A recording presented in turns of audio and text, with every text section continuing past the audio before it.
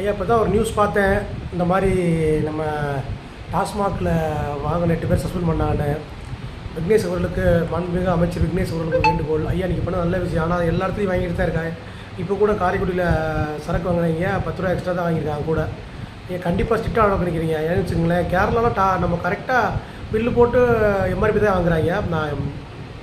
நான் இந்தியா ஃபுல்லாக சுற்றிருக்கேன். எல்லா ஊர்லேயும் அப்பப்போ வீக்கெண்டு சரக்கு அடிக்கிறாங்க தான் சார். அதனால் அப்போ போய் வாங்குவேன் சார். எல்லா ஊர்லேயும் நமக்கு வந்து கரெக்டாக சார் கொடுக்குறாங்க. ஆனால் இங்கே நம்ம ஊரில் மட்டும் தான் திமுறாக பேசுகிறாங்க சார். நேற்று எக்மோரில் அவர் கேட்குறாரு ஒரு ஐயா, இஷ்டம்னாங்க போட அப்படின்னு மரியாதைலாம் பேசுகிறாங்க சார். யாருமே எக்மோர் அந்த கடையில் சார். காரைக்குடியில் இப்போ தான் சார் வாங்கினேன். ஒரு மார்பே சாஃப் வாங்கினேன் சார். 20 ரூபா எக்ஸ்ட்ரா வாங்கிட்டா, 10 ரூபா டவுன் 10 ரூபா வாங்கிட்டாங்க சார்.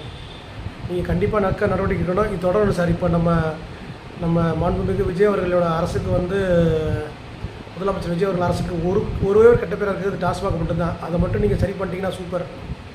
நான் பேசிய ஏடிஎம்காரர் தான் சார். நமக்கு நீங்கள் வேறு, நாங்கள் வேறு இருந்தாலும் இதை நான் பாராட்டியே ஆகணும். இதை மட்டும் நீங்கள் சரி பண்ணுங்கள் சார். மாண்புமிகு விஜய் சார் அவர்களுக்கு, சிஎம் விஜய் சார் அவர்களுக்கு ஒரு நன்றி. ஏன்னா அம்மா உணவகத்தை வந்து சூப்பராக புதுப்பிச்சிட்டாங்க. இந்த 50 நாளில் ஒரு சிறந்த ஆட்சி இதுன்னா இந்த அம்மா உணவகத்தை புதுப்பிச்சது தான். அது உண்மையிலே ரொம்ப நன்றி. ஏன்னா இப்போ திருப்பி அம்மா உணவகத்துக்கு ஒரு கூட்டம் வந்துருச்சு. இந்த பார்சல் மட்டும் போச்சு. அதை கொஞ்சம் கோயில்பேட்டில் தடுத்தா எல்லா ஊர்லேயும் தடுத்தா நல்லாயிருக்கும்.